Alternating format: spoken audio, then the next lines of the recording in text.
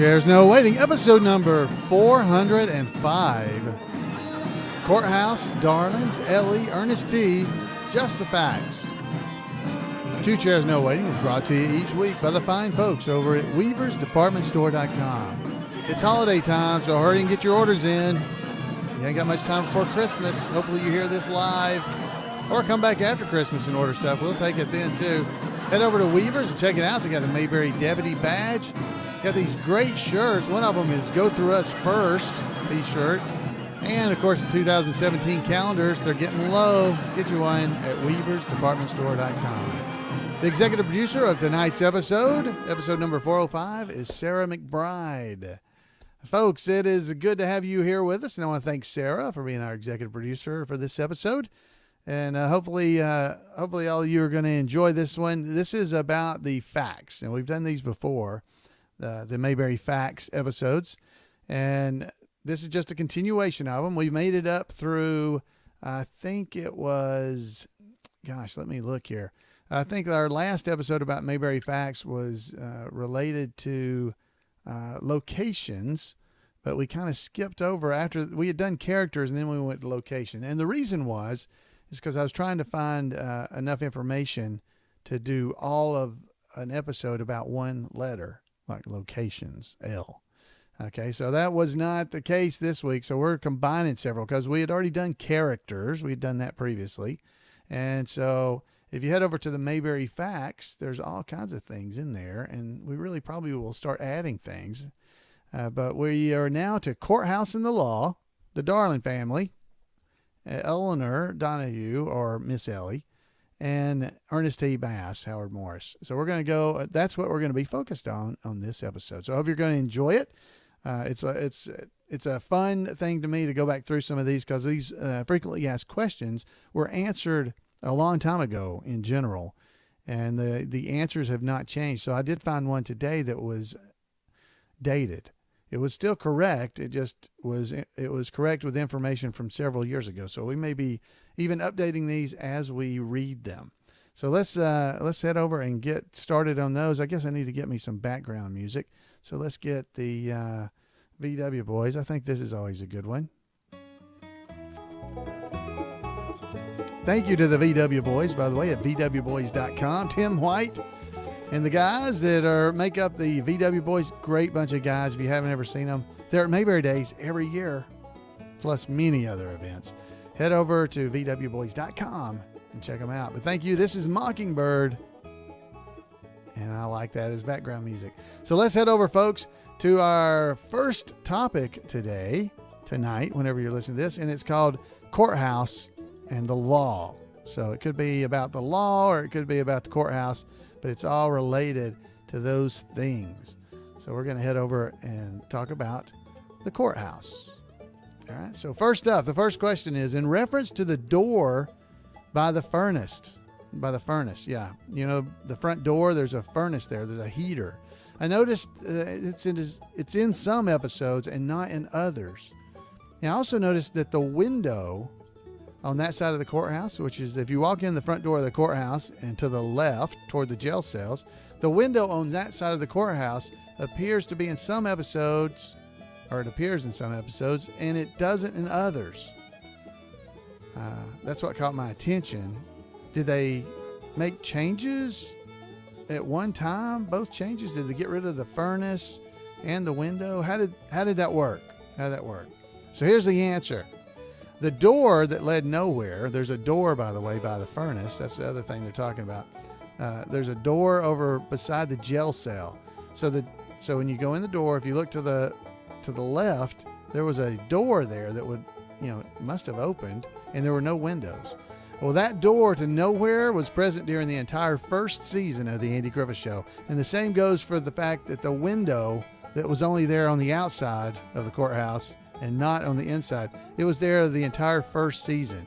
When they started the second season in October of 1961, the door had vanished and the window was there. Both inside and the outside of the courthouse from then on matched a lot better.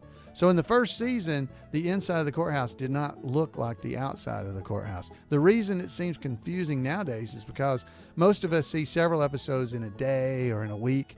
And if you watch on more than one channel, you don't see the episodes in the right order. So you might see one episode from the first season, then one from the 5th season, then one from the 2nd, and so you see that door come and go throughout the day or week as you watch episodes. But in the first season, the inside of the courthouse did not match the outside. And of course, we know that is the reason is because the insides were filmed at Desilu Studios and the outside were filmed at the Culver City Studios, which was the back lot, the 40 acres back lot, right? So we know that. So that's why they're two separate things. They were inconsistent. So our next question, this is about the law, still about the courthouse, but the law. This one is the Green River Ordinance a real thing? And if it is, can you tell me about it? What is the Green River Ordinance? Now you'll remember in the episode where Barney thought he was getting replaced, they talked about the Green River Ordinance. Well, here's a little legal information for you. Ordinance number 175. Be it ordained by the town council of the town of Green River, Wyoming.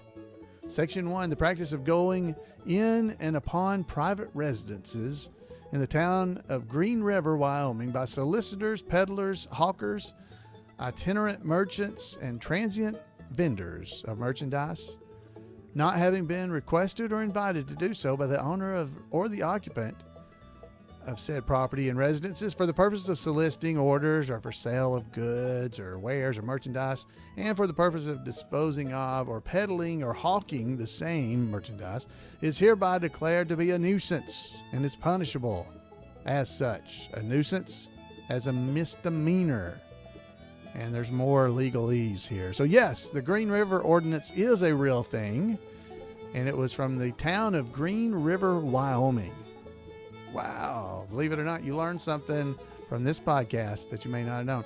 By the way, anybody convicted of perpetrating this nuisance that we described a few seconds ago shall be fined a sum of not less than $25 or not more than $100, together with the cost of the proceedings, in other words, of the court cost. If not paid in cash, anyway, there's more information. They get in trouble. So there you go. It was passed on the 16th day of November, 1931, the Green River Ordinance. There you go. The Fuller Brush Company, by the way, challenged this case, and it was sent to the Supreme Court, which upheld the ordinance as valid. So the actual Supreme Court of the United States took this on and considered it valid in the end. So just so you know, the courthouse information. There you go.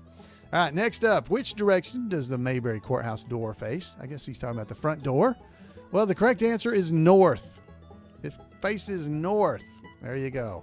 The clue I received was the same one Charlie gave. So this is somebody else that was talking. It gave us at the end of the Club Men. That's an episode of the Andy Griffith Show. Opie and Andy and Barney were facing the rising sun and turned to face the sails. Okay.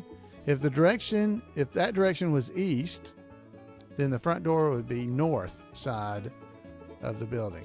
Okay. They were facing the rising sun. Anyway, so he's saying north. In two other episodes that confirm the directions are as follow. In Hot Rod Otis, when Barney gives Otis his driving exam, he draws chalk lines on the floor and tells Otis to pull up from the west. The west. So he shows him which way he should go. And then, of course, on Divorce Mountain Style, when Barney finally succeeds in getting his uncooperative his horse, to travel east to west, he rides right past Andy's house, which is just a half block away from the courthouse on the same side of the street. Okay, so he's going east to west. So now we know north and south. There you go. Wow, I didn't know that. I would have guessed south. So anyway, the courthouse door faces north. At least that's their answer. Do you have a better answer? Let's hear your evidence. I'd like to hear it.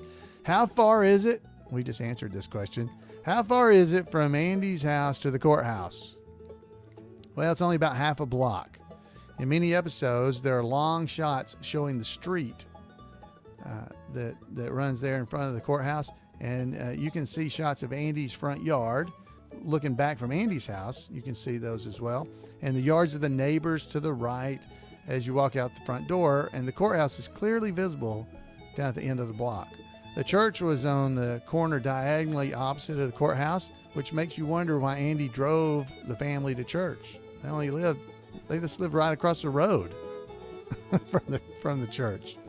Anyway, that answer comes to us from Paul Mulick, or maybe trivialities expert. All right, let's see, what have we got?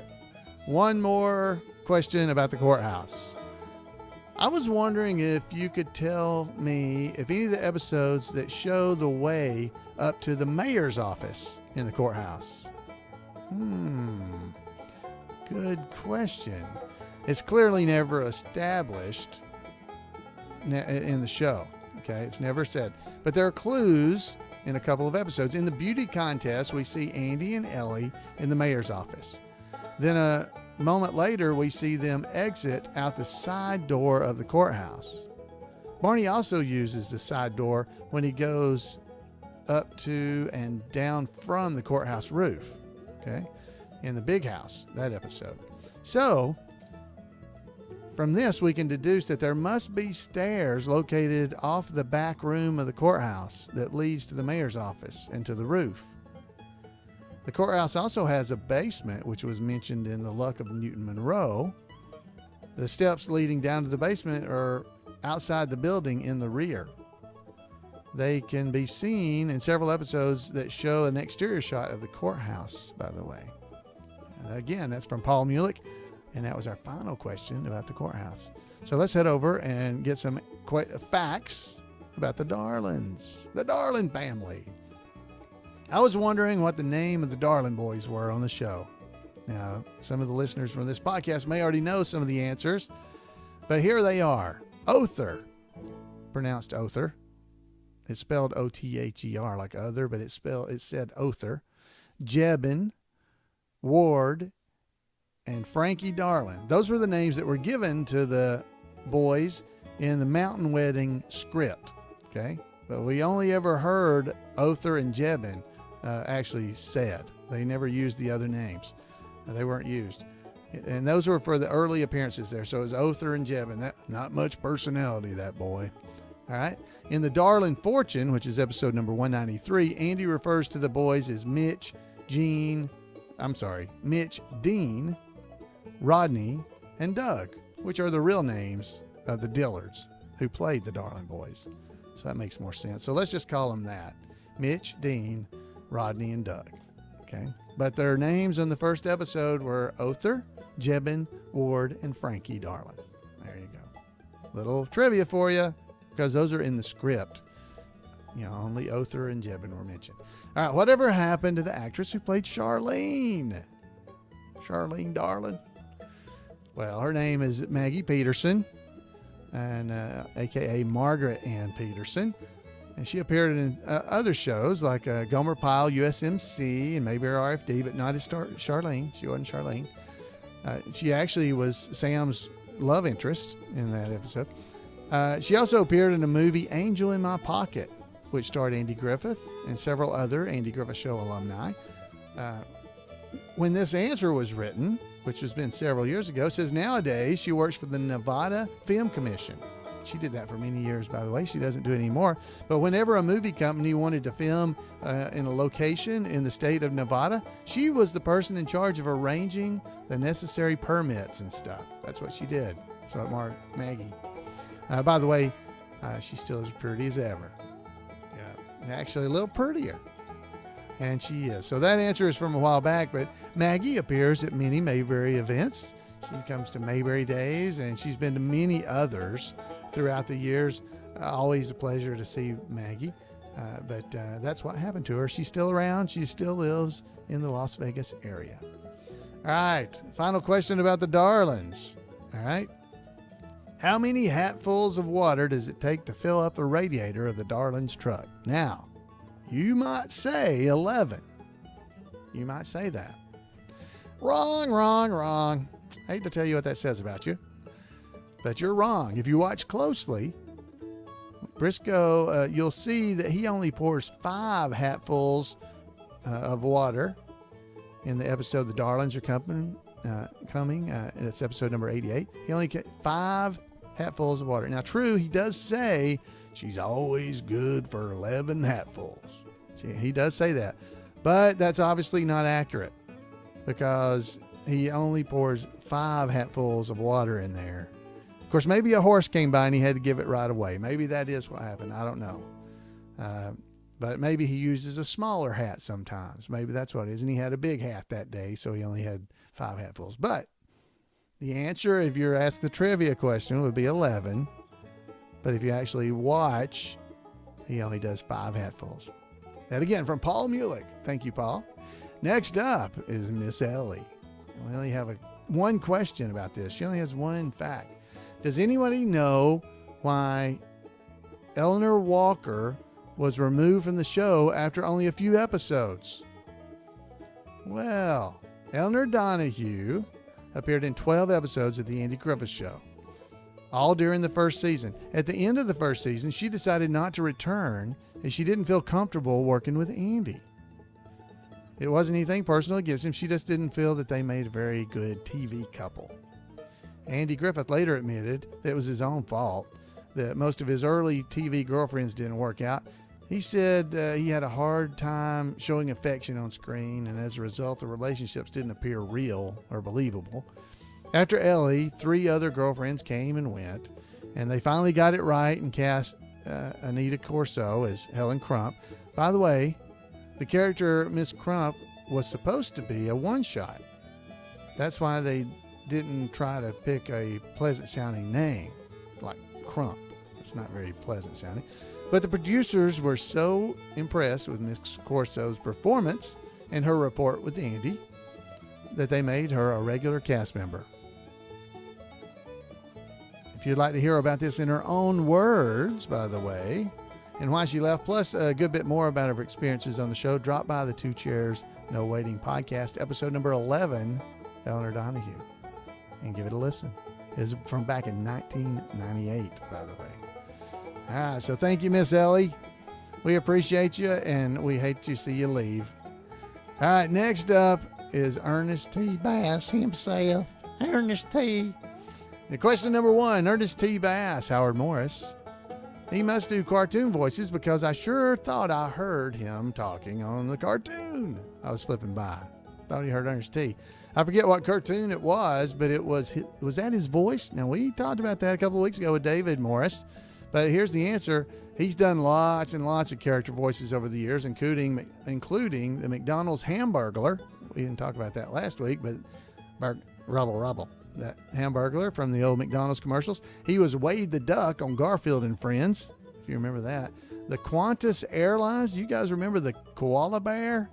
I hate Qantas. It was him. And Gopher from the early Winnie the Pooh films.